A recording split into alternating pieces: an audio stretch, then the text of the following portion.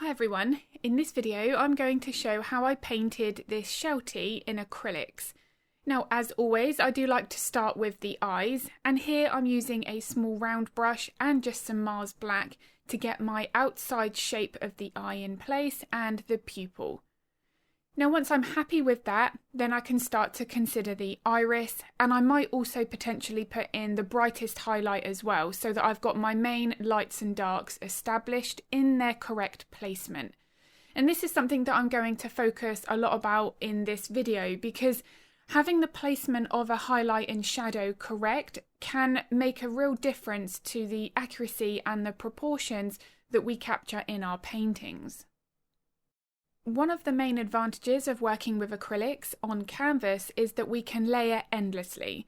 So if I start off with this darker grey and then I realise it's not light enough, which it won't be, I can build my values in stages. I can also adjust the colour very easily as well, and this is something that I'm going to demonstrate in this video through the use of glazes. As I've started to build in my base foundation, you can see here that it doesn't look realistic, and this is because my values are not fully correct, and this is something that needs to be built up in individual layers. Now if I was to work just with 2 or 3 layers, putting in my brightest highlight, darkest shadows, and I missed out my midtones, then everything I paint will lose its softness. And softness is also something that is a top priority with any animal, any subject that I paint. And the desired softness is what's going to help for me to determine how many layers, the number of layers that I need to do when painting fur. There is no set rule, this is going to depend on the fur texture, but as I'm starting to build up my paint here, you can see that I'm not working with one solid colour, and my base foundation is evolving, and I'm using my wet on wet blending techniques to do that. So here is a good time to mention my main goal for the real-time version of this tutorial, which, if that's of interest, is all linked in the description below. But this was all with my sole purpose of trying to help artists build their confidence when they're working from their own reference photos. So all of the left side of the face that I'm demonstrating here at the moment on YouTube is all shown in the real-time version. Nothing is cut out or sped up. And then members who are following along to that version can then transfer those techniques to the right hand side of the painting. Now because I have chosen a reference photo for this tutorial that has the same lighting and fur colour on the left and the right hand side, this meant that any artists who are painting along to this won't have that anxiety of trying to mix those colours for the different lighting in the other side of the face, because this will happen, and it's actually something that I would encourage when choosing reference photos.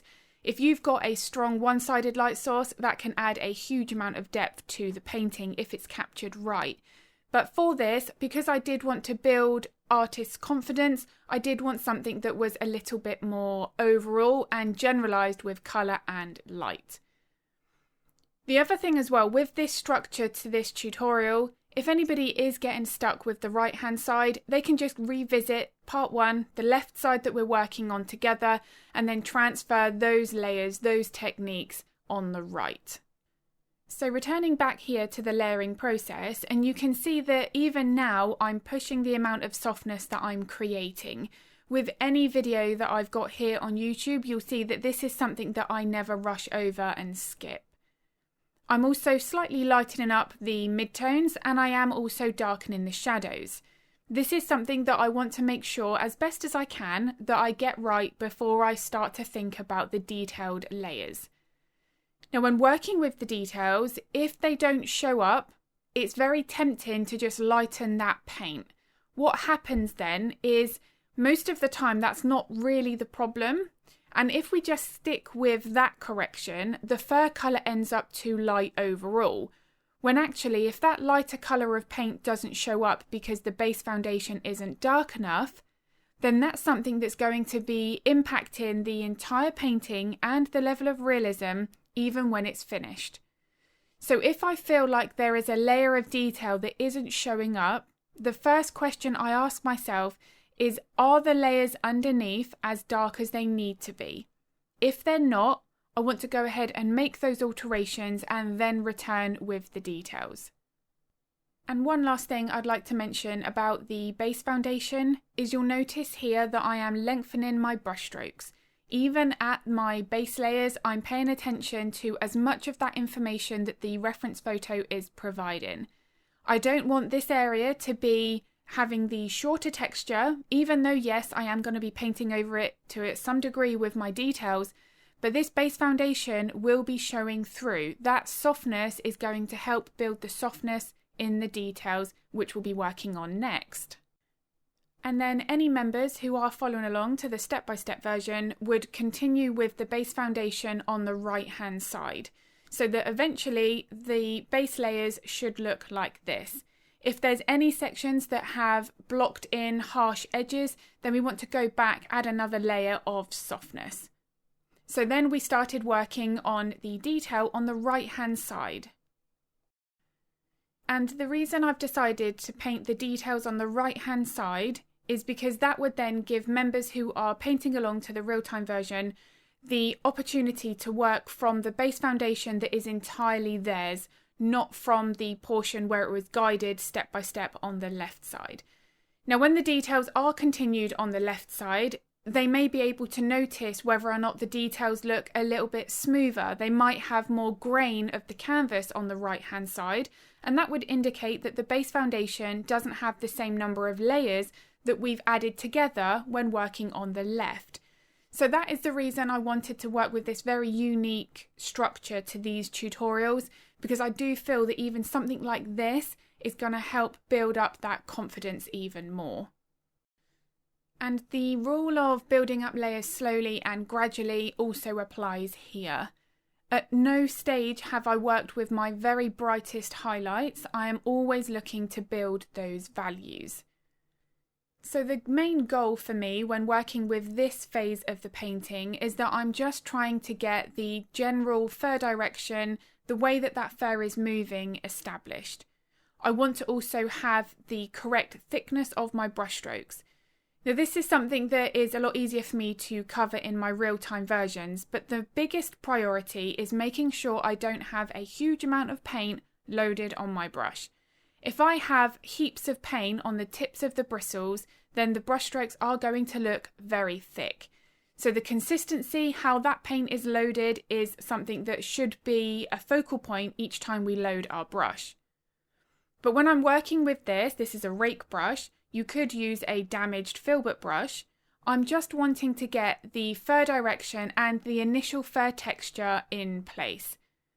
This brush is a little bit trickier to use when working with longer fur, but I want to be capturing here the changes in the fur length as much as possible. If that means I need to switch over to a bigger round brush or a rigger liner brush and spend more time painting individual lines, then that's what I'll do.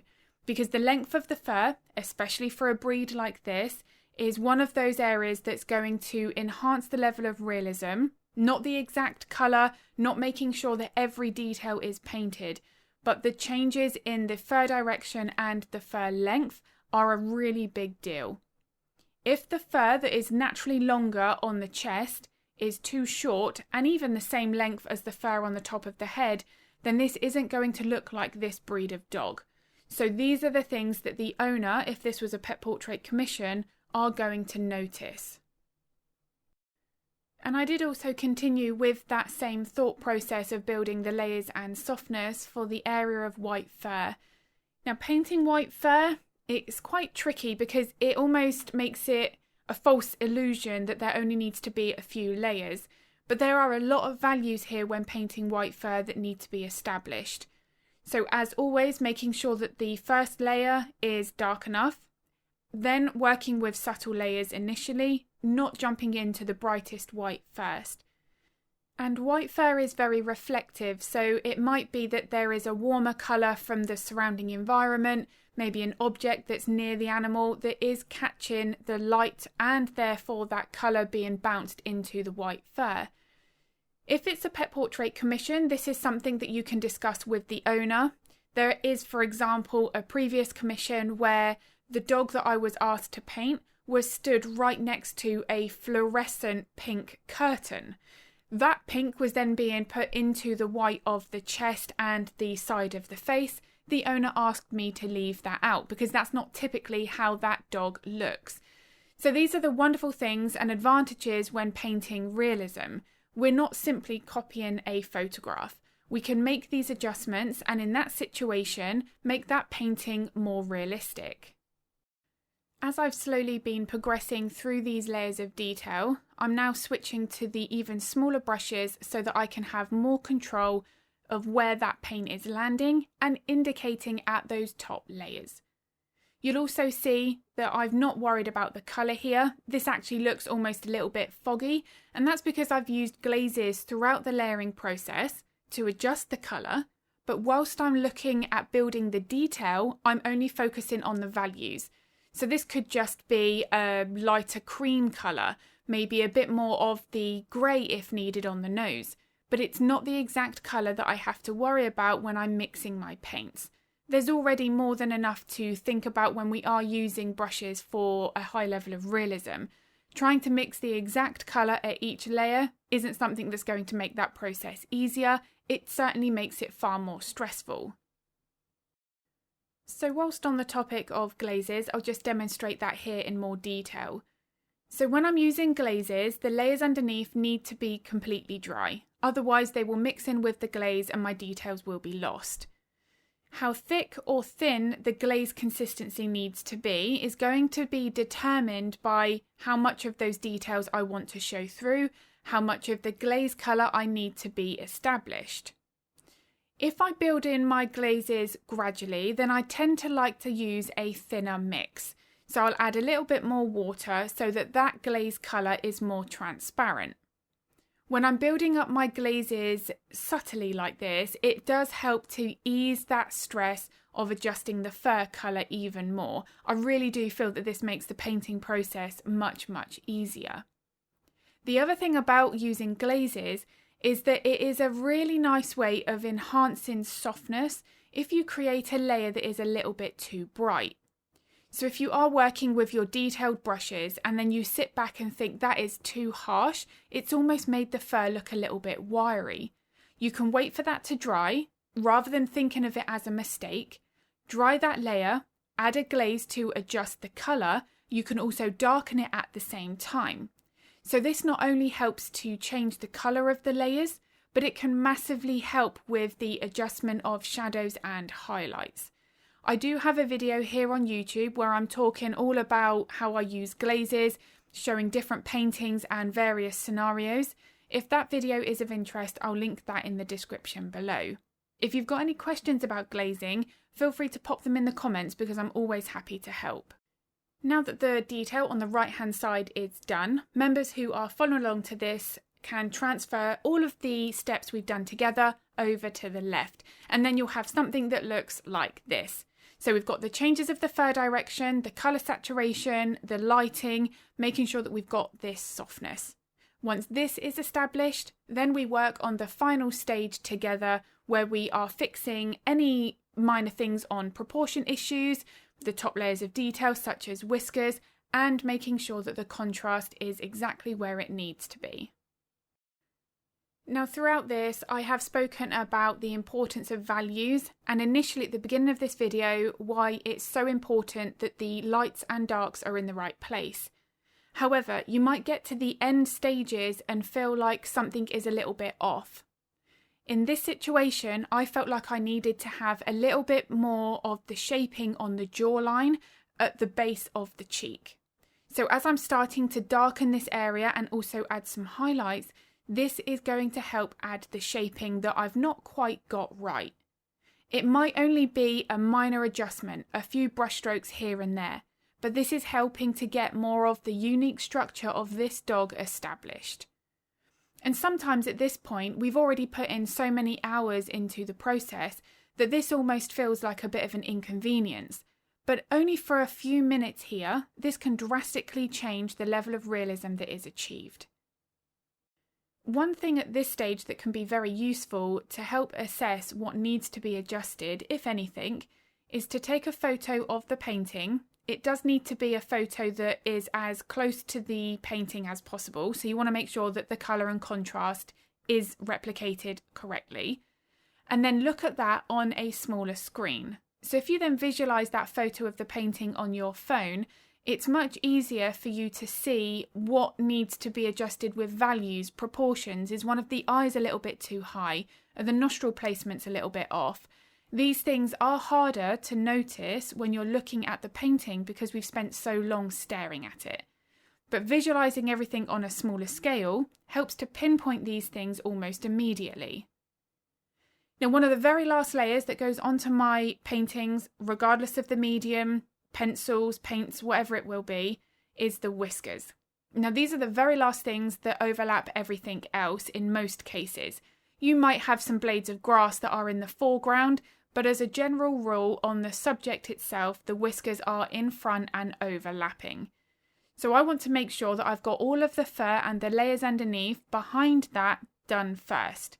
Then I can work with the whiskers and make sure that I'm not having to be very precise and tweaking the fur in between the whiskers if they were added too soon. When painting whiskers, there are a few things that I need to consider with every line that I paint. Now, my preference is to use a liner or a rigger brush because they can hold more paint, but as you can see, it is a longer but finer bristle. There's not as much width to it, so this immediately makes it a little bit easier for painting these long but fine lines. There are things to consider as well regarding how much paint should be loaded, the consistency of the paint, how much pressure on the brush, how we hold the brush. Everything here is going to have an immediate impact on the length, the thickness of that line. The other thing that I like to get right is more about the natural curve rather than getting every whisker millimetre perfect in its placement. So if I have a whisker that's curving over, I'm not going to worry that it's in the exact right place, but I do want to make sure that it's not completely straight, because that's just not how the whiskers are. There's always going to be a natural flow to it, and I want to be having that captured in my painting. So I do hope this video has been useful. If it was, I'd be very grateful if you could give it a like and a thumbs up. It makes a huge difference to my channel. I do also upload a couple of videos to YouTube every week, so if you would like to get notified of that content, then don't forget to hit the subscribe and the bell button. If you would like to paint along to the real-time version of this tutorial, then I'll link all of the information to that in the description below. If you've got any art-related questions, feel free to pop them in the comments. I'm always happy to help if I can, and I'm going to be uploading another video next week. But as always, thank you so much for watching.